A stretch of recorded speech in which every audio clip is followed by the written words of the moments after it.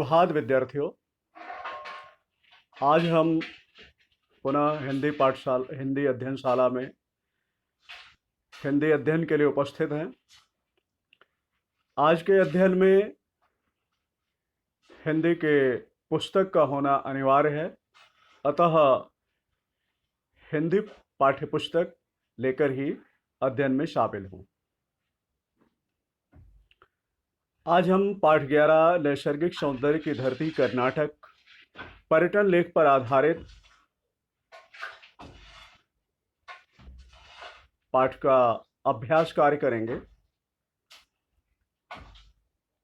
उससे पहले पिछले कक्षा में जो गृह कार्य दिया गया था, गृह कार्य में दिए गए उन प्रश्नों के उत्तरों का मिलान करेंगे। तो उत्तरों का मिलान करने के लिए आपके नोटबुक का आपके साथ होना जरूरी है। यदि आपके पास नोटबुक नहीं है तो वीडियो को यहीं रोकें और जा करके नोटबुक लाएं, फिर इसके बाद उत्तरों का मिलान करें। गृह कार्य में दिए गए प्रश्नों में से पहला प्रश्न है, कर्नाटक राज्य के जंगल किसके लिए विख्यात हैं? इसका उत्तर, कर्नाटक राज्य के जंगल चंदन के वृक्षों के लिए विख्यात हैं। अगला प्रश्न है, कर्नाटक राज्य की स्थापत्य कला के बारे में विशेषज्ञ की क्या राय है? इस प्रश्न का उत्तर है, कर्नाटक राज्य की स्थापत्य कला के बारे में विशेषज्ञ की राय है कि भारत में अनेक ऐसे ऐतिहासिक स्मारक हैं जो कला की दृष्टि से विश्व भर में अनुपम हैं। अगला प्रश्न, कर्नाटक राज्य में कौन कौन सी नदियां प्रवाहित होती हैं? इसका उत्तर है, कर्नाटक राज्य में कृष्णा, कावेरी, तुंगभद्रा और सरस्वती आदि नदियां प्रवाहित होती हैं। अगला प्रश्न, मैसूर का कौन सा उद्यान विश्व भर के पर्यटकों को आकर्षित करता है? मैसूर का वृंदावन उद्यान विश्व भर के पर्यटकों को आकर्षित करता है।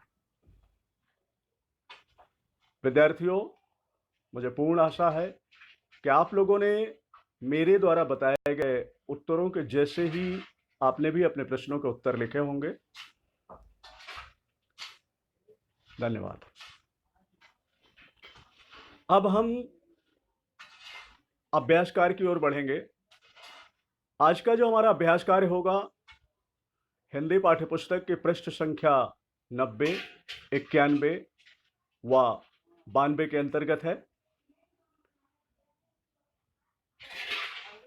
पृष्ठ संख्या 90 और 91 में पहला प्रश्न दिया हुआ है बहुविकल्पीय प्रश्न। आपको इन प्रश्नों के उत्तर यहीं पुस्तक में ही टिक मार्क के द्वारा लिख लेना है। तो पहला प्रश्न है, वृंदावन उद्यान कहां पर स्थित है? इसके 4 विकल्प दिए गए हैं। उन 4 विकल्पों में से कौन सा विकल्प सही है आप समझ गए होंगे, टिक भी कर लिया होगा, तो फिर अब मिलान भी कर लीजिए। इसका उत्तर है कर्नाटक। ऐतिहासिक दृष्टि से कर्नाटक स्वतंत्र राज्य कब बना? इस प्रश्न के भी 4 विकल्प दिए गए हैं और मुझे उम्मीद है आप लोगों ने इस प्रश्न का भी उत्तर टिक कर लिया होगा। तो मिलान करें, 10वीं शताब्दी में। ऐतिहासिक दृष्टि से कर्नाटक स्वतंत्र राज्य कब बना? इसका उत्तर है 10वीं शताब्दी में। किस राजा ने, अगला प्रश्न है, किस राजा ने इसे मैसूर के नाम से विख्यात किया? यहां पर भी 4 विकल्प दिए गए हैं। उन 4 विकल्पों में से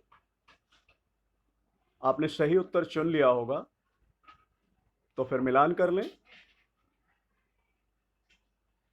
टीपू सुल्तान ने, टीपू सुल्तान के सामने टिक मार्क करें। बेलूर में कौन सा मंदिर स्थापित है? अगला प्रश्न है, बेलूर में कौन सा मंदिर स्थापित है? 4 विकल्प दिए गए हैं, इन चारों विकल्पों में से सही विकल्प पर टिक करें और अब उत्तर विकल्प का मिलान करें। चेन्ना केशव मंदिर।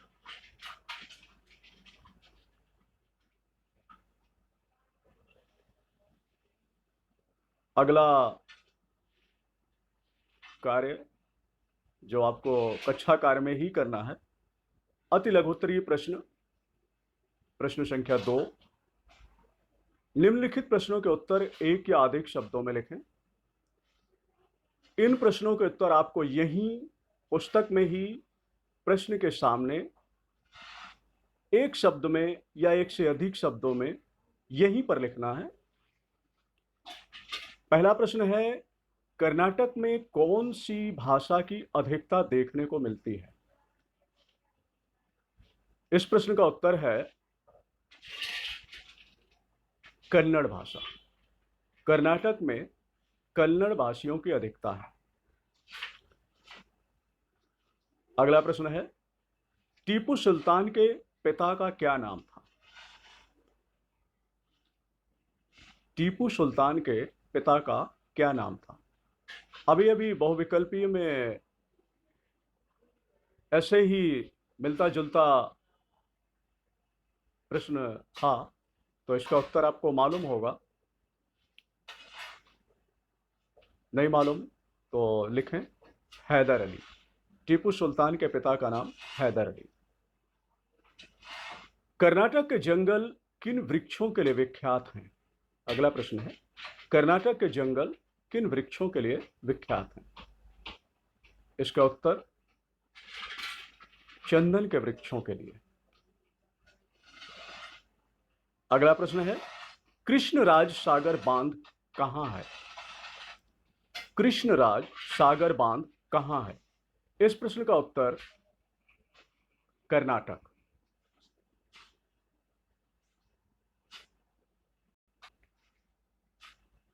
आगे बढ़ते हैं। प्रश्न संख्या 92 में यह प्रश्न मिलेगा, 5वां प्रश्न। और निम्नलिखित रिक्त स्थानों की पूर्ति उचित शब्दों की सहायता से कीजिए।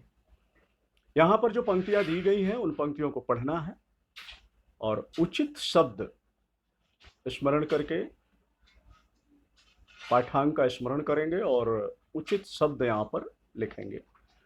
इस प्रश्न का उत्तर भी आपको यही पुस्तक में ही लिखना है। ध्यान दीजिए, पुस्तक में जो भी आप प्रश्नों के उत्तर लिखेंगे वो सभी उत्तर पेंसिल के माध्यम से लिखे जाएंगे, पेन से मत लिखिएगा।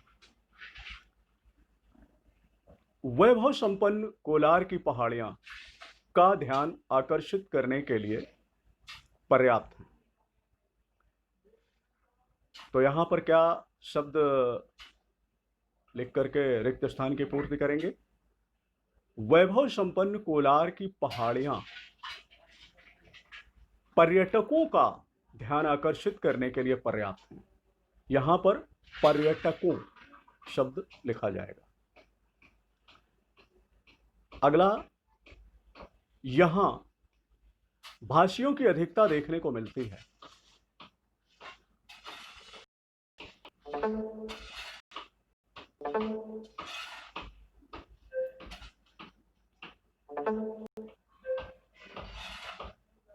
यहां भाषियों की अधिकता देखने को मिलती है।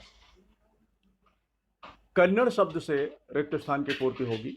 यहां कन्नड़ भाषियों की अधिकता देखने को मिलती है।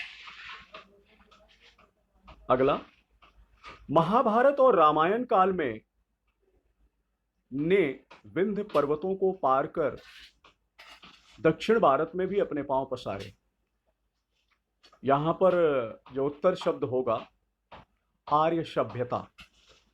महाभारत और रामायण काल में आर्य सभ्यता ने विंध्य पर्वतों को पार कर दक्षिण भारत में भी अपने पांव पसारे। अगला, कर्नाटक में व नक्काशी का सुंदर समन्वय है। यहां पर उत्तर शब्द होगा भवन निर्माण। कर्नाटक में भवन निर्माण व नक्काशी का सुंदर समन्वय है। अगला है, कर्नाटक के जंगल के वृक्षों के लिए विख्यात हैं। कई बार यह प्रश्न आया और इसका उत्तर आपको अच्छी तरह से मालूम भी हो गया है। कर्नाटक के जंगल चंदन के वृक्षों के लिए विख्यात है।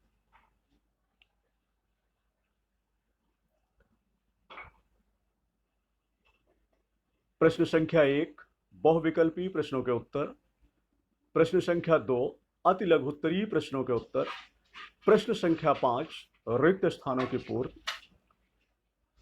प्रश्न संख्या 1, 2 और 5 ये आपको अभी कक्षा कार्य में करना था। पुस्तक में ही इन प्रश्नों के उत्तर लिखने थे।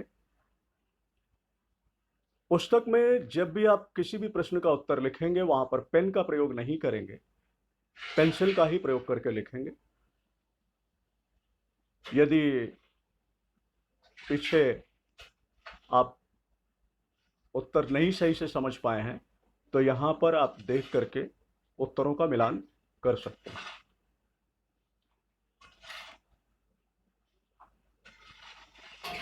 बहुविकल्पी प्रश्नों के उत्तरों में का नंबर का उत्तर है कर्नाटक, खा नंबर का उत्तर है 10वीं शताब्दी में, गा नंबर का उत्तर है टीपू सुल्तान ने, घा नंबर का उत्तर है चेन्नई केशव मंदिर। दूसरा प्रश्न था, उसमें का नंबर का उत्तर है कन्नड़, खा नंबर का उत्तर है हैदर अली, गा नंबर का उत्तर है चंदन के वृक्षों के लिए और घा नंबर का उत्तर है कर्नाटक में। रिक्त स्थानों की पूर्ति में भी का नंबर का उत्तर है पर्यटकों, खा नंबर का उत्तर है कन्नड़, गा का उत्तर है आर्य सभ्यता, घा नंबर का उत्तर है भवन निर्माण, अंगा नंबर का उत्तर है चंदन। मिलान कर लिया होगा। आगे बढ़ते हैं। अब गृह कार्य की बारी है। आज का गृह कार्य है शब्दार्थ। पृष्ठ संख्या 90 में जो शब्द और अर्थ दिए हुए हैं इन्हें आपको अपने हिंदी नोटबुक 1 में लिखना है। ध्यान दीजिएगा, यहां पर मुहावरे और लोकोक्तियां भी दिया हुआ है। मुहावरे और लोकोक्तियों को नोटबुक में नहीं लिखना है, अभी उन्हें कहीं किसी नोटबुक में नहीं लिखना है, केवल शब्दार्थ लिखना है। शब्दार्थ को लिखने के बाद लघु उत्तरीय प्रश्न शीर्षक के अंतर्गत प्रश्न संख्या 3 निम्नलिखित प्रश्नों के उत्तर दीजिए। का से 4 नंबर तक के जो भी प्रश्न हैं इन प्रश्नों के उत्तर, प्रश्न और इनके उत्तर दोनों ही आपको हिंदी नोटबुक 1 में लिखना है। उत्तर लिखने में यदि कहीं पर समस्या आ रही है तो पाठांक को पुनः पढ़िए, समझिए और लिखिए। इन उत्तरों का मिलान अगली कक्षा में, अगली पाठ योजना में किया जाएगा। इसके बाद आज का अध्ययन यही समाप्त होता है। धन्यवाद।